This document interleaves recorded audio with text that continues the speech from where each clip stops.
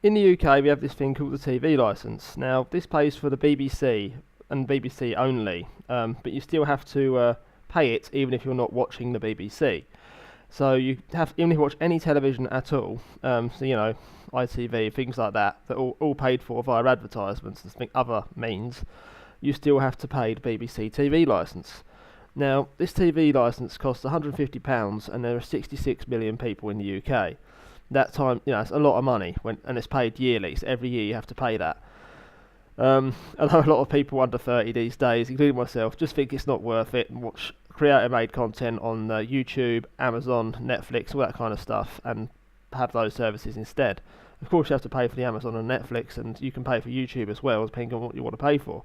But the fact you have to pay for the BBC, regardless of if you watch it or not, is absolutely ridiculous. It's a bit like the government setting up a scheme where you have to pay for a yearly subscription to Viagra of the same equal value that you may not even need. It's ridiculous. So yeah, it's just like it's stupid.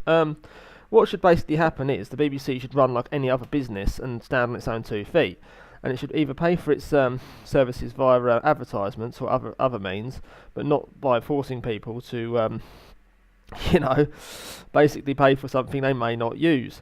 And even if you tell them you do not watch TV or any kind, they will send letters to your house. They will send people round your house, usually 2 a week, just to badger you into buying something you might not want. So if you don't want to pay it, there is absolutely no option not to pay it, even if you don't watch the service. Well, there is an option, but you'll just get bugged at random hours of the day, usually after work, sort of around 6 o'clock. They'll knock on the door, and you'll go, who is it? Yeah, no, I don't watch TV, I'm not an old age pensioner, I use modern services like Netflix, YouTube, and that kind of thing. Okay, then they walk around, have a look, see if you've got a TV, and talk about various other things, and well, to be totally honest, the reason that I stopped watching TV and stopped paying licence was when they sacked Jeremy Clarkson from Top Gear. But that was the only BBC programme I actually watched, and it would have been far better to have that like on a subscription, or bring out even bring it out on DVD or digital download, so you could subscribe to it. That one, even to that one specific programme. Say if that's the only thing you want to watch, they could do it that way. Again, a bit like Netflix, really.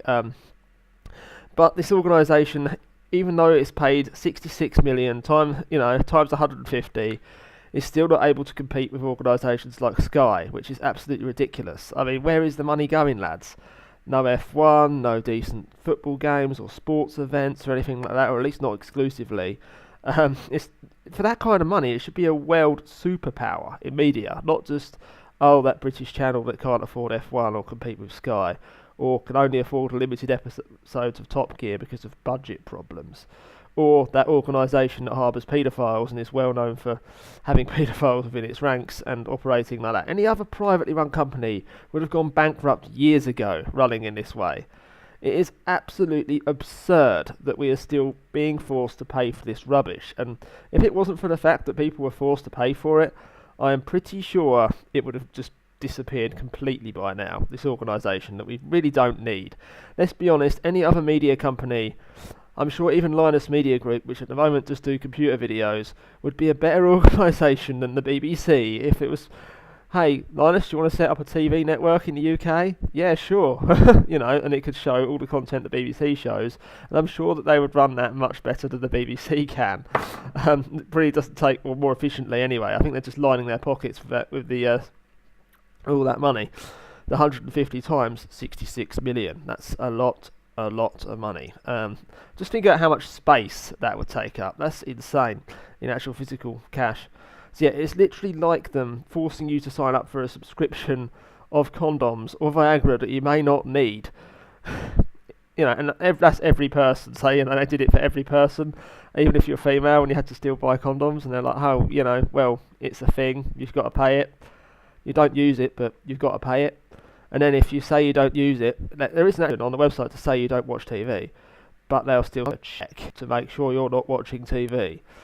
Or they'll, go IP track people. So using a VPN is pretty much necessary unless you want to have them just snooping through people's internet traffic. They actually got a court order, so they're allowed to do that.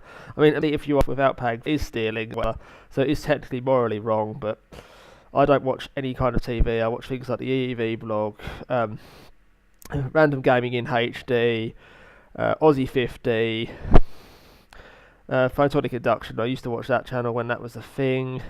And, stuff like that. Mortis Media, Darkness Prevails, things like that. There really is no need to be forced to watch something that you don't pay for, something you don't watch. In 2018, it should be pay-per-view or run advertisements and have a premium option with no advertisements. It's as simple as that. It's 2018. Get modern, lads. Seriously. Okay, see you later. That concludes this video. Subscribe if you want to see more videos like this. See you later.